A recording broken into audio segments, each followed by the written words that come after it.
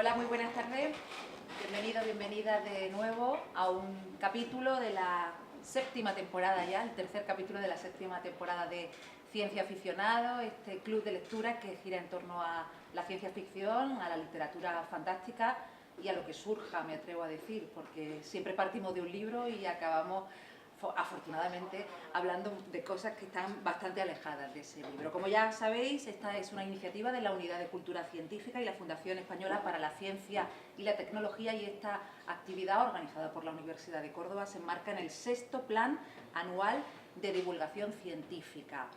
Ya sabéis que los robots están en boca de todo desde hace bastante años, pero últimamente yo me atrevería a decir que más, y hoy vuelve a este ciclo el autor de la ciencia ficción más popular de la era moderna, Isaac Asimov, con su novela, con su libro de relatos, mejor dicho, Yo Robot, quienes muchos consideran el Quijote de la ciencia ficción. Luego en el turno de debate ya nos diréis si estáis de acuerdo o no estáis de acuerdo. Como os decía, es un libro de relatos que Isaac Asimov escribió a mediados del siglo pasado, a mediados del siglo XX, imaginando a androides colaborando con la humanidad, ayudándoles en su vida cotidiana y también ayudándoles a colonizar otros planetas. Y siguió tres reglas básicas, tres reglas éticas que los constructores de esos robots pues aplicaban, les imponían para asegurar su fidelidad a lo humano. Unas reglas que seguramente todos conocéis: evitar el daño a lo humano, obedecer sus órdenes y protegerse a sí mismos. Unas reglas que quienes hayáis leído y seguido a Asimov pues no siempre garantizaban la docilidad de estas máquinas.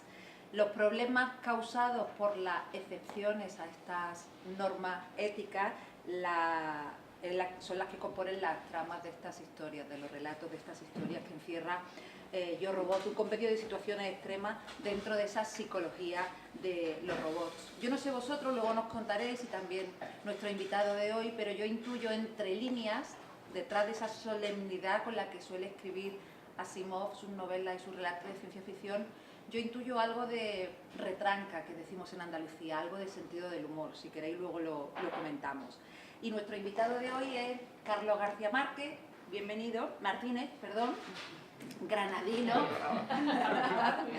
doctorado en la Universidad de Granada y profesor e investigador en la Universidad de Córdoba desde el año 2006. Él trabaja en un grupo de investigación llamado Knowledge, Discovery and Intelligence System, cuyas líneas de investigación son el uso de las técnicas de inteligencia artificial para sacar conocimiento de grandes volúmenes de datos. Y vamos a poner un ejemplo aplicado a la medicina. Por ejemplo, estos grandes volúmenes de datos pueden extraer conocimiento para tratar y mejorar a pacientes con cáncer o con diabetes.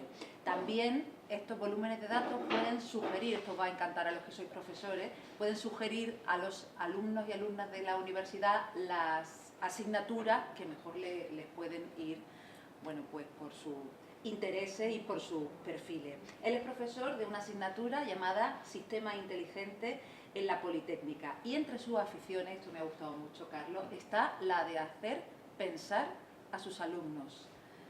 Que alguien invite a hacer pensar es digno, pues eso, de felicitación. Carlos. Bueno, muchísimas gracias.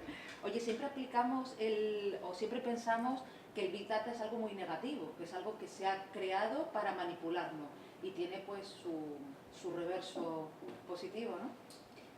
Sí, ciertamente muchas cosas que escuchamos del Big Data es cómo podrían utilizar las empresas esa información nuestra para dirigirnos a una publicidad concreta y para conducirnos a comprar ciertos productos y crear necesidades. Tengo que decir que eso no es de ahora, eso no es Big Data, eso no viene ahora con el Big Data. Desde siempre se ha hecho marketing y se ha intentado crear necesidades a la sociedad. Pero como bien dices, pues tiene un buen uso, un uso interesante, en este caso para personas con enfermedades, que sería obtener mayor conocimiento de esas enfermedades, cómo tratarlas, etc.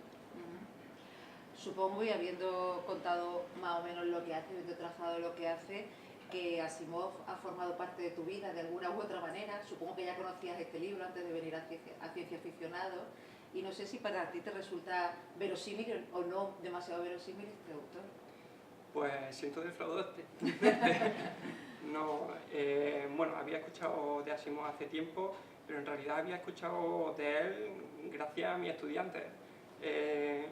Yo empiezo a dar clases de informática aplicada, inteligencia artificial y sistemas inteligentes, y me salen las leyes de la robótica. Y yo en ese momento no había escuchado hablar de Asimov.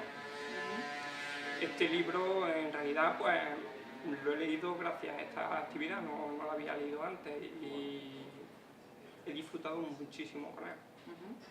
Aunque haya muchas cosas que no te hayas creído, que ya estén bastante desfasadas, ¿no? Ciertamente, hay muchas cosas que me han parecido, para la época en la que estamos, me han parecido un poco ingenuas, pero pensando en cuándo fue escrito, son muy sorprendentes, son increíbles. Sí, la mayoría de los relatos se escribieron en los años 40, Yo Robot se publicó en 1950, pero hay relatos de 1941 y de 1942, imaginaos. Asimov ya ha pasado por este Ciencia Aficionado, lo hizo hace 2 o 3 temporadas, no recuerdo bien, con una de sus novelas más famosas, con uno de los libros, de los tomos de sus novelas más famosas, Fundación. Y bueno, ¿qué os voy a contar de él? Pues una mente precoz, intelectual, bioquímico, como tantos de los asistentes a estas tertulias. Fue profesor de bioquímica en la Universidad de Colombia hasta 1958 y a partir de ese año ya se dedicó solamente a escribir. Su producción literaria es ingente, escribió muchísimo. Y quizá de todo eso pues trascienden relatos, novelas de relatos como esta Yo Robot o la que os comentaba antes, Fundación. Entrando ya en este libro de relatos, Carlos, Asimov imaginó esa convivencia compleja entre humanos y androides que aún no ha llegado a ocurrir en la realidad. Está empezando a ocurrir en diferentes niveles, en pequeños estratos, pero no desde luego como imaginó Asimov. ¿Cómo auguras tú esa convivencia si es que algún día llega de pleno? Bueno, en términos de la convivencia o de la relación, yo diría que no estamos muy alejados de lo que se presenta en ese libro. En ese libro, la relación que hay entre humano y robot es una relación de uso de máquinas. Yo necesito máquinas que hagan un trabajo, le emito órdenes, y en este caso es de forma verbal, y esas máquinas necesariamente obedecen y fielmente. Hoy en día pues eso lo vemos continuamente, no tanto con órdenes verbales, pero nosotros utilizamos máquinas y las máquinas en la medida de lo posible obedecen sin errores las órdenes que le emitimos. Pero ya donde estamos sí que empezamos a mandarle órdenes a ciertos sistemas y entonces podemos pensar, por ejemplo, en los asistentes que tenemos instalados en los móviles, donde nosotros les mandamos órdenes con un lenguaje más o menos parecido al nuestro, lenguaje natural, y ellos obedecen en la medida de lo posible. Nos queda mucho por avanzar ahí. Yo considero que vamos a seguir avanzando en el aspecto de comprensión de ese lenguaje natural, y donde yo diría que nos vamos a distanciar un poquito más de lo que presenta Asimov es de que esas máquinas que obedecen a los seres humanos necesariamente tengan un aspecto humano. Es decir, yo quiero, por ejemplo, que mi coche me obedezca y quiero decirle, quiero que me lleve a este destino, pero no tiene, o por lo menos ahora mismo yo no le imagino una utilidad a que mi coche tenga una apariencia humana. De hecho, esos asistentes que acaban de llegar prácticamente a nuestra vida, que por cierto casi todos tienen nombre de mujer, ¿no? Siri, Alexa, el de Google se llama Google Home por ahora, ya le buscarán un nombre femenino, si no al tiempo. Fíjate, algo que nadie había augurado, o al menos que yo sepa, era que esa primera relación más o menos directa que íbamos a tener con las máquinas iba a ser a través de la voz, y de hecho todos los grandes grandes gurús hablan de la revolución de la voz a partir de ahora, precisamente en nuestra relación con todas esas máquinas. Te tengo que decir que fue una de las primeras cosas que me llamó la atención de la novela. Aparecía una frase que dice: en tal época empiezan a construirse robots para las excavaciones mineras que olían a aceite, hacían ruido, pero oían y hablaban. Y lo primero que pensé yo fue: ¿para qué quiero una máquina en una mina que oiga y hable? Fue mi primera impresión. ¿Por qué? Pues yo creo que de esa forma se llega a una mayor población. Mandarle órdenes a un ordenador no es sencillo. Y entonces hay gente con conocimiento de informática, de programación, que conoce cierto lenguaje con el cual se puede comunicar con esa máquina, pero si consiguiésemos que esas máquinas no nos obligasen a utilizar un lenguaje, el suyo, sino que pudiesen utilizar el nuestro, entonces ya más gente podría beneficiarse de ella. A mí es una de las frases que más miedo me da en la vida, cuando un informático me dice: uy, eso es cosa de código, tienes que meter código. O sea que me gusta mucho ese viaje de vuelta, ¿no? De que sean las máquinas las que aprendan nuestro lenguaje. Hay un robot en un relato que se llama Razón, de este libro, un robot llamado Cutie, que dice: vuestras mentes son demasiado vulgares para comprender la verdad absoluta. He traído esta frase porque me llamó la atención, me la apunté, y Asimov lo que quería anticipar de alguna manera eran los conflictos que iba a traer los robots y la relación con los humanos en el año 2058, que es donde ubica las acciones de la mayoría de estos relatos, ¿no? ¿Qué te parece a ti esta frase? ¿A qué crees que se refiere Asimov, o Cutie en este caso, con la verdad absoluta? Bien, lo primero es que yo diría que hay una diferencia de pensamiento entre Cutie y Asimov. A mí en particular esa afirmación me parece bastante ingenua, y no es una ingenuidad de Asimov, sino del personaje Cutie. En ese relato se describe un robot tal que lo único que acepta es su forma de pensar. Está programado para que, a partir de una hipótesis que él tiene, construya nuevas ideas y no acepte aquello que no pueda deducir con su sistema de razonamiento. Entonces, al no aceptarlo, afirma que únicamente lo que él es capaz de deducir es la verdad absoluta.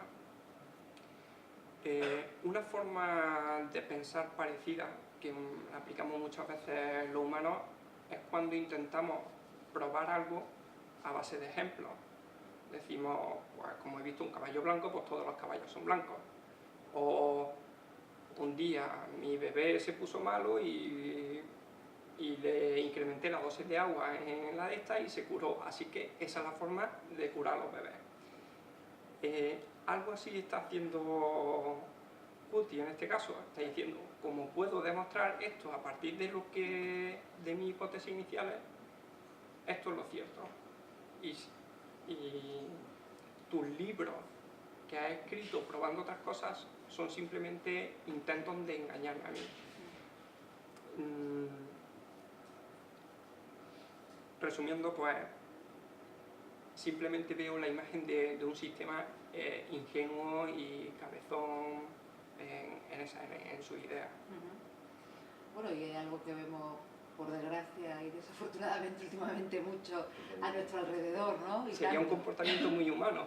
Es un comportamiento completamente humano, y parece mentira que una inteligencia artificial o una superinteligencia siga creyendo en verdades absolutas, ¿no? Esto es lo que choca un poco. Oye, ¿qué es el cerebro positrónico? Bien, pues Asimov, por lo menos en sus relatos, no lo describe concretamente. En algunos sitios dice que es un amasijo de circuitos o una materia de 4,2 K o algo así. Pero mi interpretación de lo que he leído se parece mucho a una tecnología que hoy existe, que son las redes neuronales profundas. La idea de las redes neuronales es algo ya bastante antiguo. La idea es simplemente simular nuestro cerebro, replicando las neuronas que tenemos muchas veces, y en particular dando una descripción de estas neuronas muy simples, que es, tenemos una serie de entradas que estimulan a la neurona, y si esa estimulación supera un umbral, pues entonces la neurona se activa y manda estímulo hacia afuera.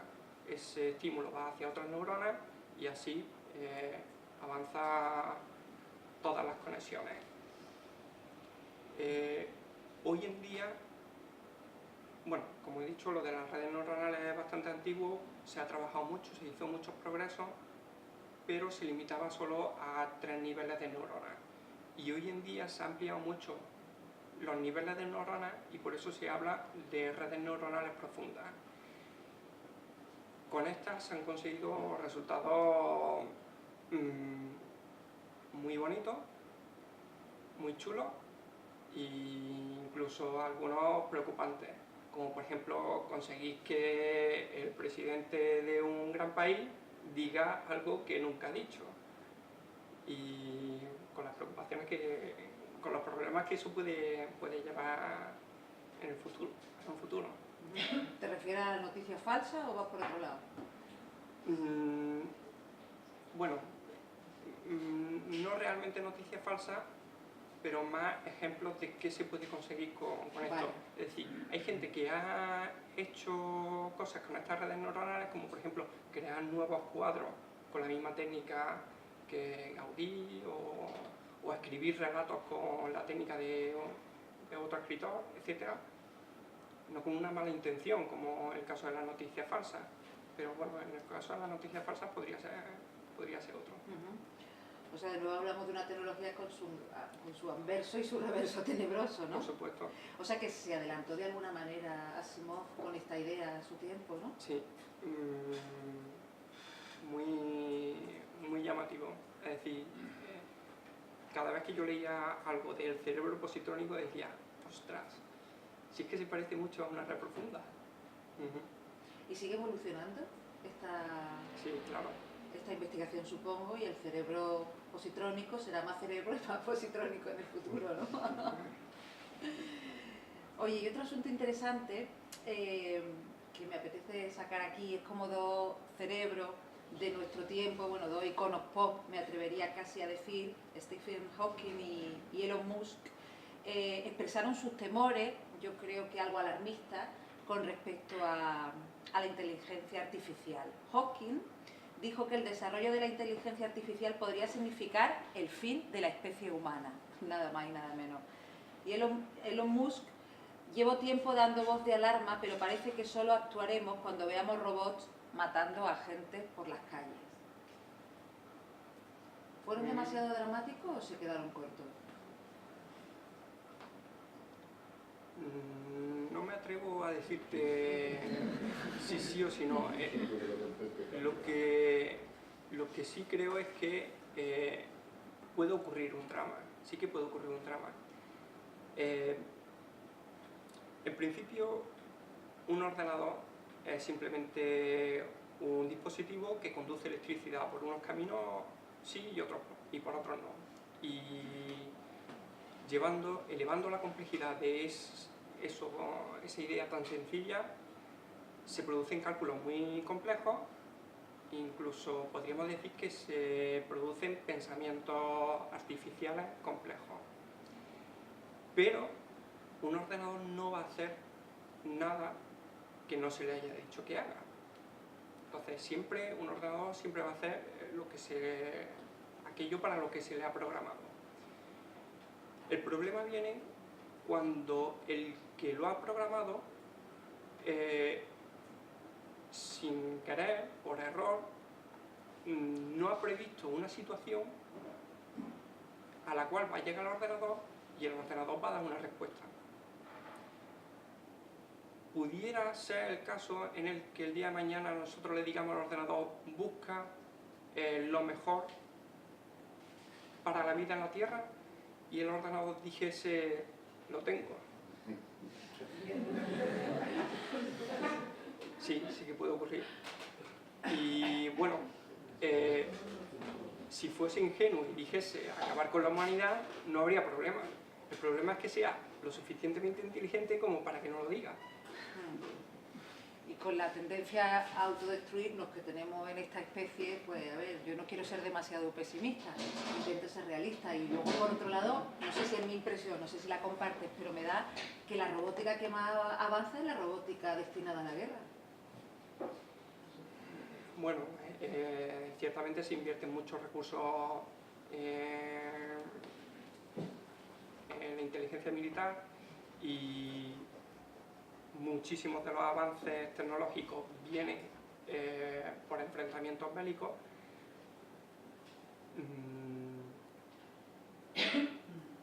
Simplemente es lo que hay. Ya, ya. Es que leyendo, por ejemplo, la frase de Elon Musk, no puedo evitar pensarlo, ¿no? No puedo evitar pensarlo porque esto sí que es una conexión con la realidad, ¿no? Se invierte mucho dinero, mucha energía, mucha reflexión y mucha investigación y pensamiento precisamente en eso. Discúlpame, un detalle interesante es que cuando se desarrolla inteligencia artificial, igual que cuando se desarrolla en cualquier otro campo de la ingeniería, se establecen se piensa en posibles problemas y se intenta establecer medidas de seguridad, controles de seguridad para que no ocurran desgracias. Entonces, lo que Elon Musk y Hawking y también, no me sale el nombre, pero el de Windows y diversos otros, Bill Gates, muchos otros, lo que están clamando es hay que definir un buen protocolo de comprobación de medidas de seguridad antes de seguir avanzando, porque implementar las leyes de la robótica perfectamente que nos dejarían protegidos es muy difícil. Entonces, si se implementan pero no se comprueban todas las posibilidades, que es imposible comprobar todas las posibilidades, pues siempre puede ocurrir errores y siempre pueden aparecer escenarios que no sean los que a todos les guste. La pregunta del millón, Carlos. ¿Puede un robot llegar a tener conciencia de sí mismo?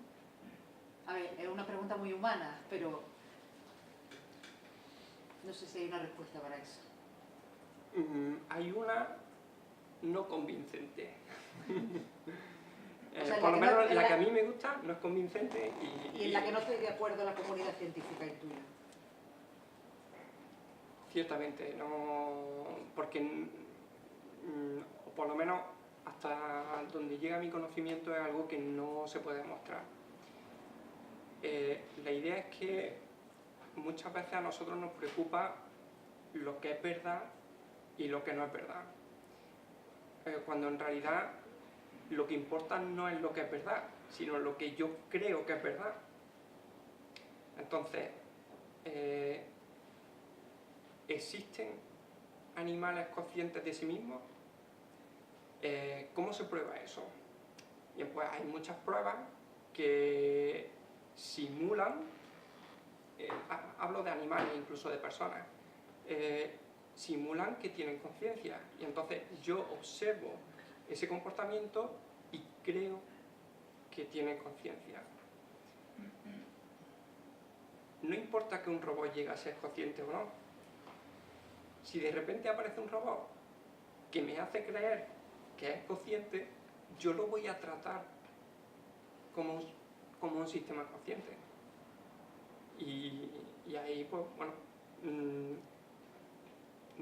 aparece una situación en la que, como he comentado, no importa lo que sea real, sino lo que yo opine sobre ello. Pero sería bueno que tuvieran conciencia si eso llegase a ser una realidad demostrable, o por el contrario sería lo peor.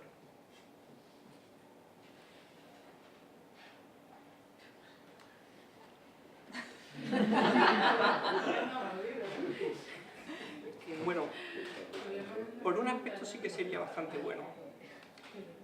Por un aspecto sí sería muy bueno, que es que nosotros sabemos, o por lo menos afirmamos que tenemos conciencia, pero no sabemos qué proceso ejecutamos para ser conscientes de nosotros mismos.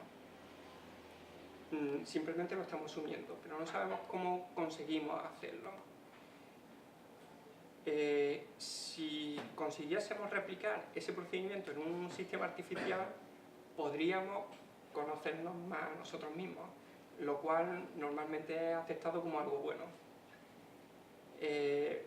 Aparte de eso, pues será bueno si tú quieres resolver un problema para lo cual necesitas crear algo consciente o nada más que eso.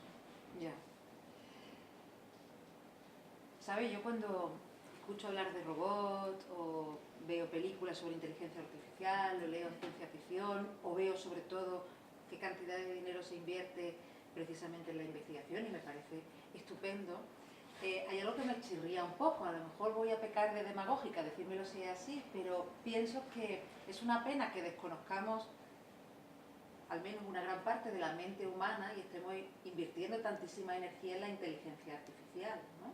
Cuando aún no hemos visto la ilimitación, si es que la hubiera, de nuestra superinteligencia humana, ¿no? Esto te pido tu opinión personal, ¿no?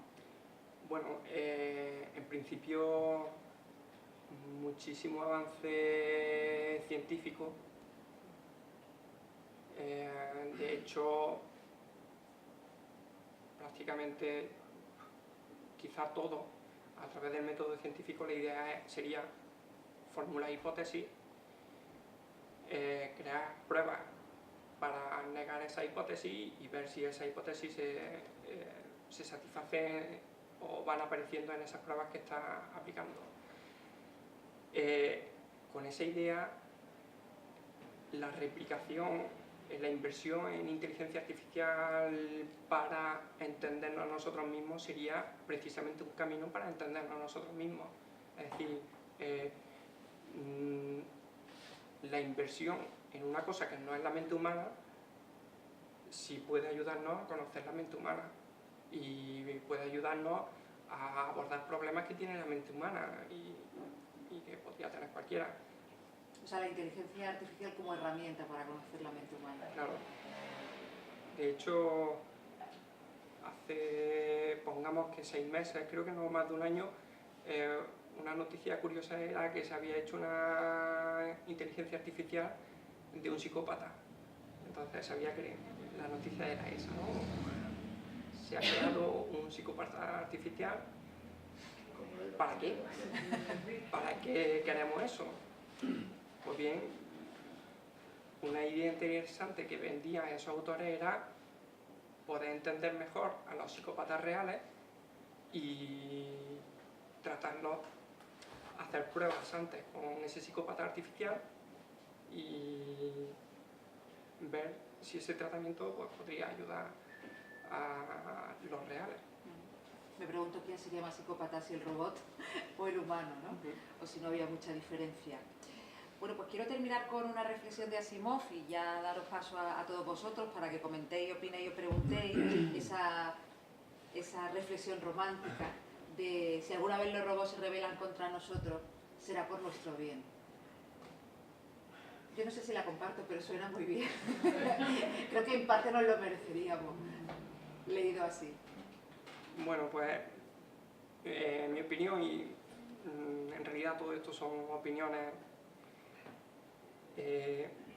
ciertamente si existiesen robots que respetasen las leyes de la robótica, pues sería por el bien de la humanidad, por la primera ley robótica.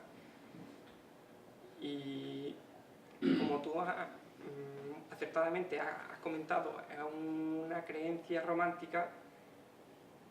En el libro esto se asemeja a que los robots que obedecen necesariamente a las leyes de la robótica serían algo lo más parecido a los seres humanos buenos, como dejando lugar a que los humanos que no respetan las leyes de la robótica no son seres humanos buenos. Bien, yo no la comparto, ciertamente es romántica, pero no la comparto porque, por lo que he comentado antes, implementar las leyes de la robótica me parece algo extraordinariamente complejo y seguramente habría algún error. Ese error podría ir para una mejoría aún mayor de la humanidad o al revés. O todo lo contrario. Eso lo probaremos. ¿Sabes lo que pasa? Que si son inteligentes deben ser rebeldes. Ciertamente, ciertamente. Porque, a ver, creo que es un signo de inteligencia precisamente ser rebelde y no ser dócil, ¿no? Estoy hablando en términos absolutamente humanos. Y yo creo que quizá de ahí parte el gran miedo de la humanidad desde que aparecieron estos augurios en la ciencia ficción a que si existen los robots se rebelen contra nosotros, ¿no? Pero bueno, no hay respuesta para esto. Abrimos el turno de palabras para vosotros, para lo que queráis decir, opinar, preguntar. Eso ahí no sé, intimidad. Una pregunta para Carlos. Lo primero, un comentario. Precisamente con el comentario del señor Elon Musk, ¿no?, que estaba diciendo. Mi opinión, no hay que hacerle tanto caso a muchas de las cosas que dice, pero en este caso quizá algo hay que hacerle de caso porque del tema sabe un poco, en cuanto a que es de los primeros que ha desarrollado un robot, entiéndese el robot como su coche autónomo que es capaz de matar, en ese caso, a la persona. Entonces, algo ya sabe del tema. Segundo, la pregunta. En el tema del desarrollo, ¿no?, de la inteligencia artificial, el concepto del autoaprendizaje, ¿cómo lo ves? Es un tema peligroso para autoaprendizaje para la máquina. Al final es darle más libertad, ¿no? Conforme autoaprende, ¿no?, más conocimiento que tú no le has dado, ¿no? No son ya órdenes que tú le has dado. ¿Eso puede llegar a ser peligroso o lo consideras que puede estar controlado? Bueno, hoy por hoy lo que es el aprendizaje automático es una herramienta súper útil porque hay muchos procesos que queremos que replique un ordenador y que no sabemos cómo se hacen. Tenemos ejemplos de esos procesos, ejemplos donde ocurren esos procesos y lo que intentamos hacer, lo que hacemos es enseñarle esos procesos al ordenador e intentar que el ordenador lo replique. En algunos casos, mediante lo que se conocen como técnicas de caja blanca, que son técnicas que el técnico, el ingeniero o incluso el científico entiende, o técnicas de caja negra en las cuales el ordenador replica ese comportamiento, pero no sabe, aún así no sabemos cómo lo hace. Entonces, hoy por hoy, ese aprendizaje automático es una herramienta súper útil. Un caso concreto sería el análisis de grandes volúmenes de datos y en el tratamiento, por ejemplo, de temas biomédicos. ¿Cuándo podría llegar a ser peligroso? Bien, si tú lo que le pides al ordenador que aprenda está limitado, difícilmente el ordenador va a aprender algo que se salga de ese conjunto de comportamientos. Si tú le pides que sea un maestro de la guerra, entonces igual si le pides que aprenda un comportamiento psicópata, pues el ordenador va a replicar ese comportamiento. ¿Va a ser peligroso o no? Bueno, si no está conectado a internet, si tiene un enchufe, si no le has puesto el hacha,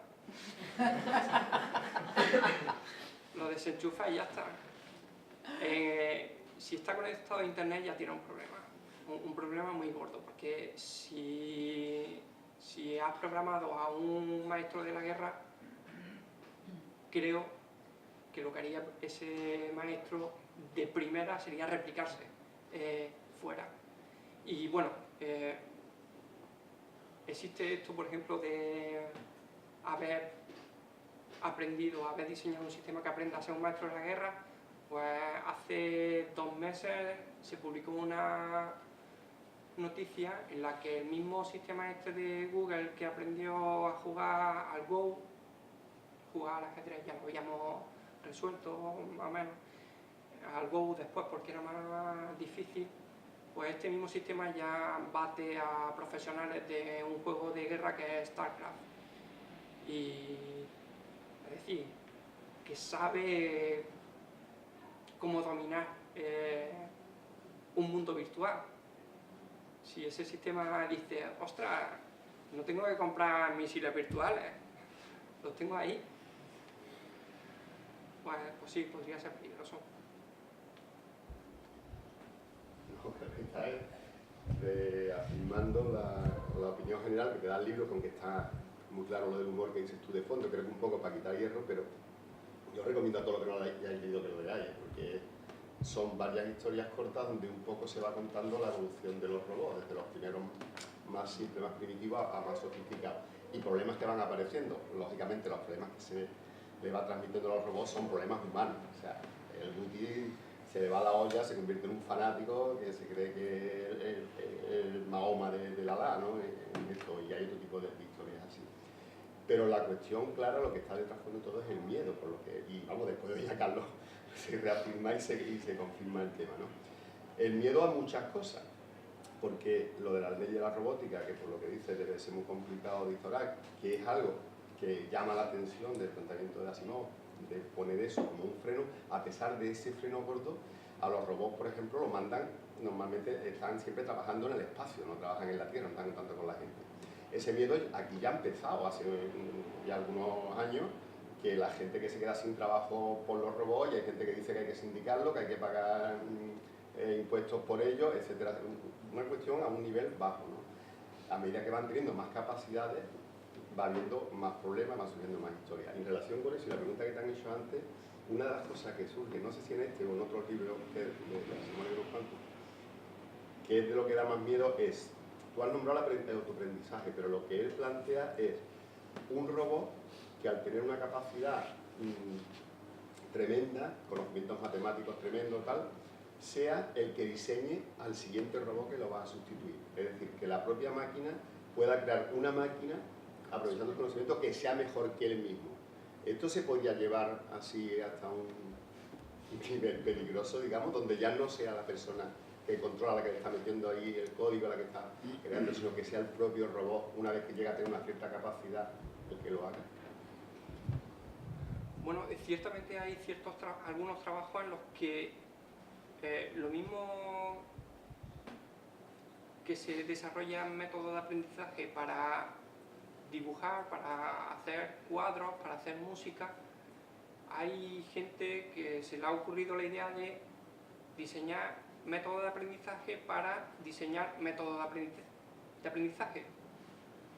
Entonces, ciertamente se está avanzando en la línea que has comentado, en algoritmos que produzcan mejores algoritmos para aprender mejor. Aún así, como he comentado antes, el ordenador, hoy por hoy, y yo diría que mi opinión es por siempre, solo va a hacer lo que le dices que haga. El problema es cuando tú no te imaginabas que le habías dicho eso. Eso es que eso lo has comentado tú antes, que es una cosa que da miedo y que aparece también en algunas historias del libro.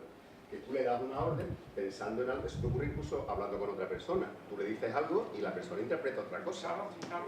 Con más motivo, digamos, el ordenador, que tiene una gama infinita de posibilidades en cuanto a qué puede hacer o no hacer con tal, puede interpretar de una forma distinta esa orden que le des, y entraríamos en una dinámica Vamos, antes, cuando te has quedado callado a la pregunta que te ha hecho, no ha dejado si una respuesta más. Pero- Aficionados más inquietantes. Pero o por lo menos, quizá yo aquí, incluso aquí yo podría pecar de ingenuo. Yo creo que esa inventiva, esa posible inventiva del ordenador, está más o menos limitada en lo que le estás enseñando y en lo que él va aprendiendo. Entonces, si tú te preocupas por el proceso de enseñanza de ese ordenador, más o menos lo va a guiar a aprender ciertas cosas. ¿Cuándo ocurre el peligro? Cuando empiezas a aprender cosas que no querías que aprendiese. Si te preocupas de ese proceso de aprendizaje y realmente lo expones a entornos, pongamos, violentos, bélicos, lo que sea, pues... Claro, es que lo que tú estás diciendo, yo creo que con la tendencia de la tecnología es completamente inevitable. Que me está recordando, como padre que soy, algunos más que estamos por aquí, tú educas a tus hijos con una serie de objetivos, con una serie de criterios, por lo que tus hijos se meten en internet y algunos leen cuentos de Caperucita, pero algunos ven porno, algunos ven violencia extrema, algunos ven... y algunos a lo mejor que tengan potencialidades de psicópatas acabarán siendo psicópatas. Estamos hablando de humanos, evidentemente los robots ahora mismo es otra situación. Pero a mí me parece que con el nivel de avance tecnológico, no el que va a venir en el futuro, yo diría incluso con el que hay ya, yo estoy casi seguro que debe de haber ya prototipos en algunos laboratorios del mundo donde haya lo que tú te planteabas antes, que no van a tener capacidad, digamos, de acabar siendo completamente autónomos y plantearse situaciones nuevas y reaccionar frente a situaciones nuevas. Yo creo que eso, yo apostaría que a fecha de hoy, yo no soy experto, es decir, yo soy biólogo y bioquímico por especialidad, no podría decir, tú conoces el campo seguramente mucho mejor que yo, pero yo viendo algunas cosas que por curiosidad me interesan, de lo que está haciendo en los laboratorios de Apple o de Google, por mencionar los más señeros, digamos, a mí me parece que eso tiene que estar a la vuelta de la esquina. Y además hay otra cosa que a mí particularmente me preocupa más, que es, hablamos de robots y tendemos a pensar en metales y en circuitos, pero hay ya mucha gente trabajando en máquinas biológicas hace mucho tiempo, y no estoy hablando solamente de virus, que los virus es la punta del iceberg. Entonces, desde el momento en que ya se han creado células en las que un señor ha decidido que vamos a meter estos y estos módulos para hacer esto y esto, y era un poco como ejercicio intelectual, está claro que detrás vienen las biotecnologías para producir compuestos de interés, pero yo estoy seguro que alguno, en algunos cuarteles generales de algunos ejércitos está pensando en esas mismas cosas, pero con intenciones no tan sanas.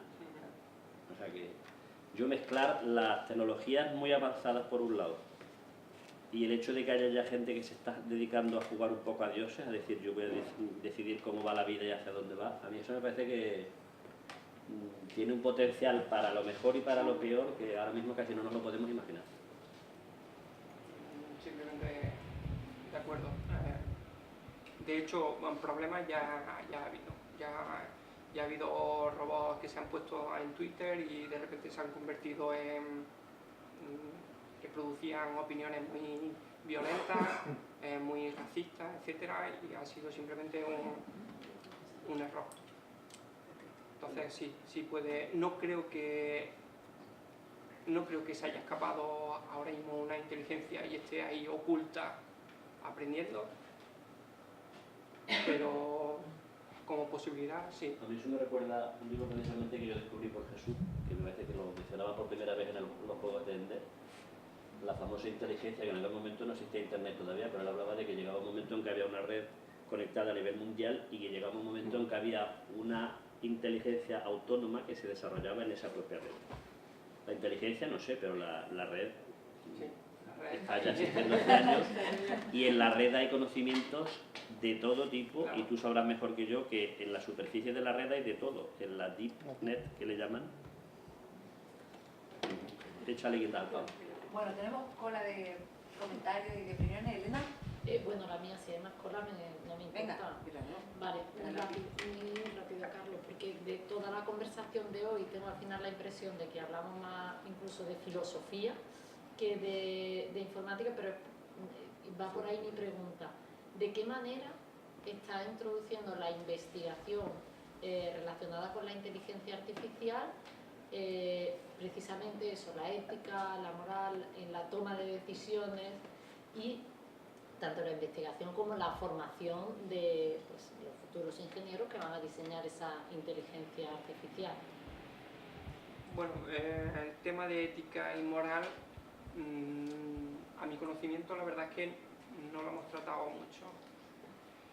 Sé que hay grupos que lo están tratando, pero bueno, como te he comentado, yo por ejemplo no suelo tratarlo, porque normalmente, o en muchos de los campos donde se aplica inteligencia artificial, el entorno está bastante cerrado. Es decir, que yo quiero estudiar qué le ocurre a pacientes que tengo con la enfermedad y tengo un conjunto de datos de estos pacientes. Pongamos que tengo 100.000 ya es un número demasiado afortunado para estos estudios. Tengo 100.000 historiales de pacientes con diferentes aspectos. Utilizo un ordenador y algoritmos de aprendizaje automático que me ayuden a analizar esos datos, y ese sistema, hasta un error, yo tendría que cometer un error muy gordo como para que ese sistema desarrollase un comportamiento bélico, porque lo he preparado para que estudie historiales de pacientes y para que no se salga de esos historiales de pacientes. Vale, pues entonces voy a un ejemplo más a mano. O sea, estamos hablando de una investigación muy concreta, pero hay algoritmos que están decidiendo qué es lo que vemos más a menudo en las redes. Es decir, nuestros hijos se pueden meter y luego está lo que las redes sociales les enseñan, ¿no? O sea, qué contenido te están enseñando. Habitualmente los que más te refuerzan en tu comportamiento, si eres una persona que mira más, están enseñándote lo que quieres ver. ¿De qué manera? Creándote necesidades, Claro, para venderte más cosas, sí. Pero no solo venderte, sino manipularte Claro, políticamente. Porque, claro, por ejemplo, se dice que el referéndum del Brexit se decidió así, o sea, finalmente ganó el sí por esas técnicas y por el manejo del Big Data, al igual que la presidencia de Donald Trump también la ganó así, ¿no? Pero no es una deficiencia. no, que ahí voy, claro, Una ¿no? deficiencia. Matemáticamente estará perfectamente diseñado. O sea, si yo le doy 20 veces a me gusta a un contenido que tiene que ver con... porque soy un racista y entonces cada vez le voy... pues es normal que me vaya enseñando más. Pero no sé de qué manera se está corrigiendo eso, qué contenido, o sea, si hay manera de mandarle al algoritmo la información de, ojo, con qué contenidos... Bueno, sí que hay, o por lo menos hay cierto intento en que eso se evite. Salió también una noticia en la que Facebook había etiquetado como un gorila a una persona de color. Entonces, en ese momento la compañía, y lo mismo que Facebook, otras compañías, empiezan a preocuparse porque ese tipo de comportamientos no ocurran. Y empezamos a preocuparnos por cosas éticas, morales, etc. ¿Tú crees de verdad que Facebook se preocupa por la ética y la moral? Hombre, recuerdo que no Por la podemos, suya, sí. no podemos mostrar un Por la pecho suya, femenino, pero totalmente. sí retransmitir un atentado terrorista. No, pero no solo eso, quiero decirte, yo sí me puedo creer que Facebook eso se le escapara y que no tuviera ninguna intención de que se le escapara, porque además cualquiera que ha trabajado en un foro, por ejemplo, moderar un foro, yo lo he hecho en algunas ocasiones, moderar un foro si tiene un cierto volumen de gente participando es muy complicado.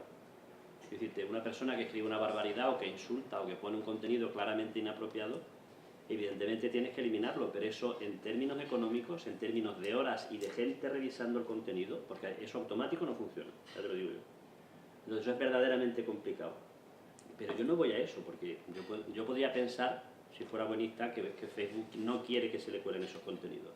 Yo es que, desgraciadamente, y a base de leer muchas noticias, yo lo que estoy convencido ahora mismo es que Facebook, básicamente, y con perdón, y haciendo homenaje a una compañera de mi departamento, se le importa una mierda la moralidad y la ética de los contenidos en tanto le genere tráfico y recursos. Excepto los pechos femeninos, insisto.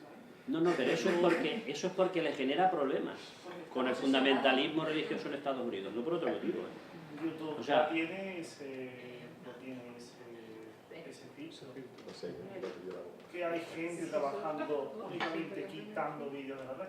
Claro, pero lo que me refiero es que Facebook, que con los ingresos que tiene, que son bestiales, o sea, cualquiera que vea la cifra de negocio de Facebook o de Google, es consciente de que podrían perfectamente dedicar un equipo de 100 veces más personas de las que hay ahora a cribar contenidos. ¿Y por qué no lo hacen? Porque les da igual.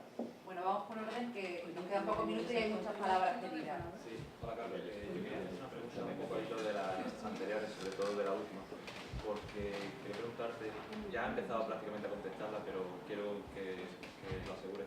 Quiero preguntarte por instituciones, por ejemplo, como el MIT, en las cuales están muy a la última y a la vanguardia del desarrollo de la inteligencia artificial, han creado, como tú decías, plataformas y proyectos como el Moral Machine, para intentar abordar este tipo de cuestiones éticas y morales con respecto a la inteligencia artificial. Y al hilo de esto, precisamente hace una semana o así, publicaron una noticia que hablaba de una investigación de una serie de inteligencia artificial, en concreto una de ellas que había recomendado a sus propios creadores no liberar el código.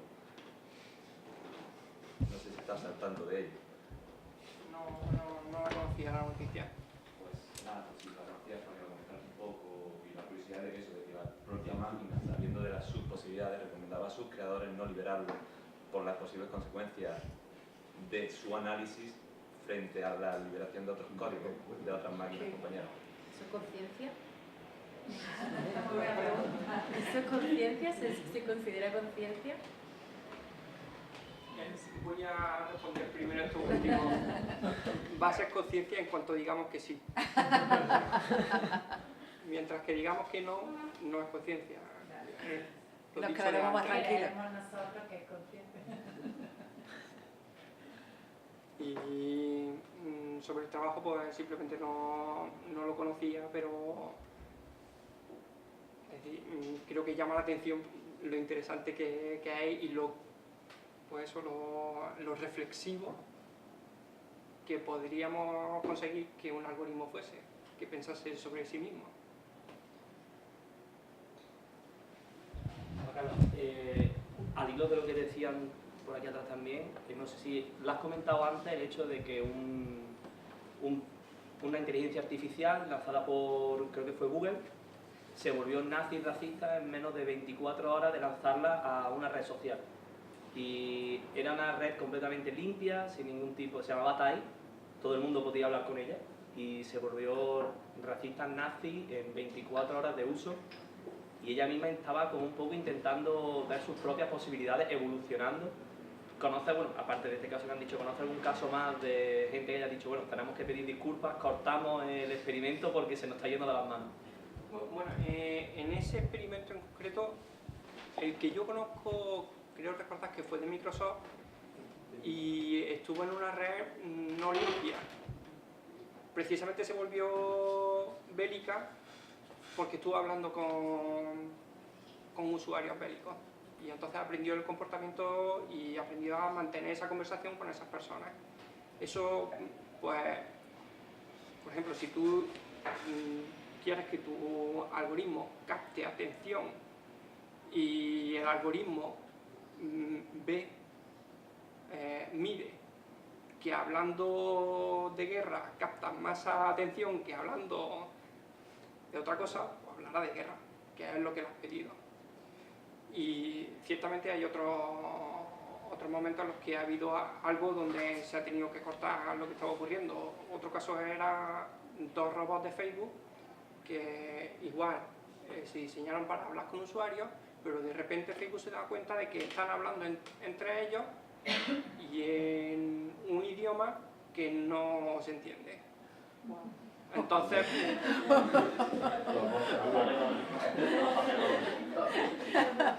Hay momentos de desenchufar. exactamente, el que hizo Facebook dijo, no sé lo que está ocurriendo aquí, pero prefiero quitarlo de este entorno no controlado, y seguramente se está estudiando en otro entorno, seguramente no se ha apagado y ya está. se está estudiando. Pero es una cosa que dice, uy, esto no sé si me va a interesar. Vale. Dos robots hablando entre sí, esto sí que no me lo esperaba yo. Yo tengo una pregunta, Carlos. ¿Cómo de cerca estamos de tumbar el test de Turing? Porque yo creo que ahí estaría el gran problema, ¿no? Cuando un humano no tiene la capacidad de saber si está hablando con otro humano o con una máquina. Y deja de tener la capacidad de hablar con esa máquina, de tratar a esa máquina con la cautela para que no se salga de lo que quiere que haga.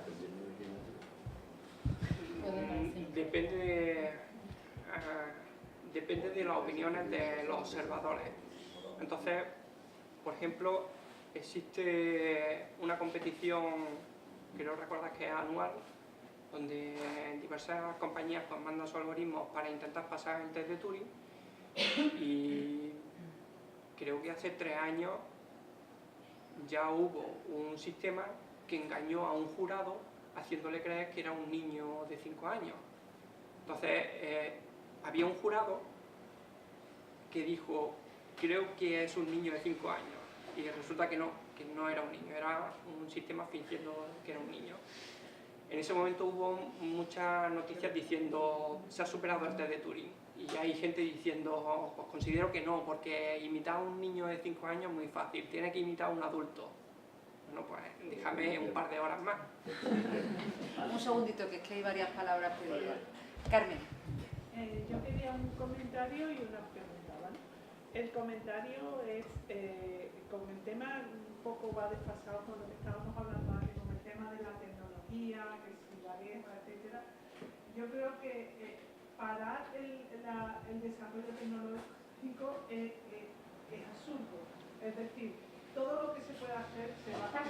El problema es para lo que usemos. La tecnología no es buena ni mala, el problema es para lo que se use. Lo que pasa es que eso nos lleva casi inevitablemente hacia el desastre, porque siempre va a haber alguien que quiera usar eso para sus propios fines y no para la mejora de la humanidad, ¿no? Para mejorar a los demás que desean. Entonces yo creo que eso es como lo de la bomba atómica, ¿no? Que la tecnología atómica, pues la tecnología nuclear, pues estupenda, o lo de la clonación de los seres vivos, que también es otro debate que está ahí. Eso es lo que opino. Y ahora mi pregunta va un poco en relación con el tema de lo de las redes sociales. ¿Creen que el uso que se está dando de las redes sociales va a provocar que en un plazo corto de tiempo dejemos de usarlas, al menos tal y como las estamos usando ahora? Porque yo sé, por ejemplo, de compañeros tuyos, me han dicho a mí, yo no uso nada en redes sociales. Yo, por ejemplo, yo siempre digo que intento no poner nada personal en las redes sociales. Pero, ¿crees tú eso? Que tal como se están usando ahora, es como si le estuviéramos regalando nuestros datos al mundo? O regalando la capacidad de manipularnos. Entonces, ¿deberíamos de cambiar eso o se cambiará? Va a ir evolucionando, pero yo no creo que cambie. Yo creo que la mayoría de la población obtiene más beneficios que perjuicios de esas herramientas, y por eso se utilizan. Como has comentado, pues todos los desarrollos tecnológicos pues, se pueden utilizar para efectos positivos o para efectos negativos. Y si yo soy una persona, si yo soy un presidente de un país, debiera tener mucho cuidado con lo que publico en redes sociales. Pero si no soy un presidente de un país, quizá el perjuicio que recibo por publicar cosas en una red social no es tan grave. Y a lo mejor recibo mayores beneficios. Yo eso, por ejemplo, me encanta referirlo a la herramienta Google Maps, que te dice el camino más corto de un sitio a otro. ¿Tiene perjuicio? Sí, tiene perjuicio utilizarla. Pero para mí, considero que me aportan más beneficios que perjuicios, y entonces voy a seguir utilizándola. O sea, ¿tú tienes redes sociales? No. Ahí tienes tu respuesta. Vale. Eso ha sido sido muy elocuente, Carlos. Hay compañeros suyos que me dijeron, yo no. Pero perdóname, más que nada por aburrimiento, ¿no? Os invito a que hagáis cuentas y os podamos estudiar. Yo una vez fui a una clínica de estas que operan los ojos para quitarte las gafas y todos los médicos que operaban tenían gafas. Entonces, esto es lo mismo. Casi ningún informático tenéis redes sociales ni interactuáis en las redes sociales si las tenéis y esto nos dice mucho a los demás. Un segundo porque estamos yo. En mi caso también era un comentario y también una pregunta, ¿no? Y me da la sensación que muchas veces confundimos cuando hablamos de ética y moral a nivel de ordenador, de la ética y la moral del programador con la ética y la moral que se le podía pedir a un sistema en cuanto a lo que desarrolla por sí mismo. Entonces, claro, cuando los casos antes que comentábamos lo del tema del Brexit o de la elección de la última elección en Estados Unidos, claro que se había diseñado programas precisamente para el fin que consiguieron. No es que ellos de manera autónoma se pudiesen tomar una serie de acciones que llevaran a esas consecuencias, ¿no? Eso es en cuanto al comentario. Y en cuanto a la pregunta, ¿se está haciendo algo realmente por el tema de la ética y la moral referida a las decisiones que un sistema puede tomar por sí mismo independientemente de para lo que lo hayan programado? Es decir, para ese tipo de sistemas que se ponen a estímulos más amplios o que se ponen a redes en las que tú no puedes controlar exactamente lo que están recibiendo. Y ¿existen protocolos o existe investigación dirigida hacia educar de alguna forma a esos sistemas? Sí, hay gente trabajando en ello. Precisamente revisando ese tipo de protocolos, ese tipo de procedimientos de enseñanza de ordenadores, de sistemas automáticos. Yo en particular no conozco mucho sobre ese tema, salvo que hay gente que está intentando avanzar en ese aspecto. Y como has comentado, es muy acertado decir que en principio un ordenador que hace lo que tú le has dicho que haga no es ni malo ni bueno, es obediente. Y la bondad o la maldad en principio sería mejor asignada a quien le ha dicho a ese ordenador que haga eso. Pero con el aprendizaje a lo mejor se le puede decir, por ejemplo, en el caso de los vídeos estos en directo de Facebook o de Instagram,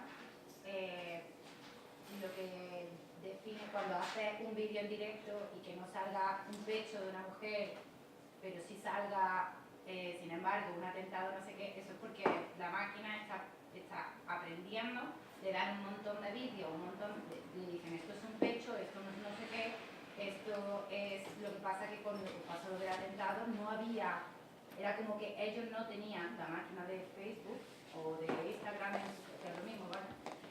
No tenía ese tipo de para aprender. Entonces ellos lo que hacen para que en un segundo ellos tienen que detectar, en un microsegundo tienen que detectar si ese vídeo se emite o no se emite. Entonces eso es un aprendizaje que le van dando a la máquina para decir si es ético o...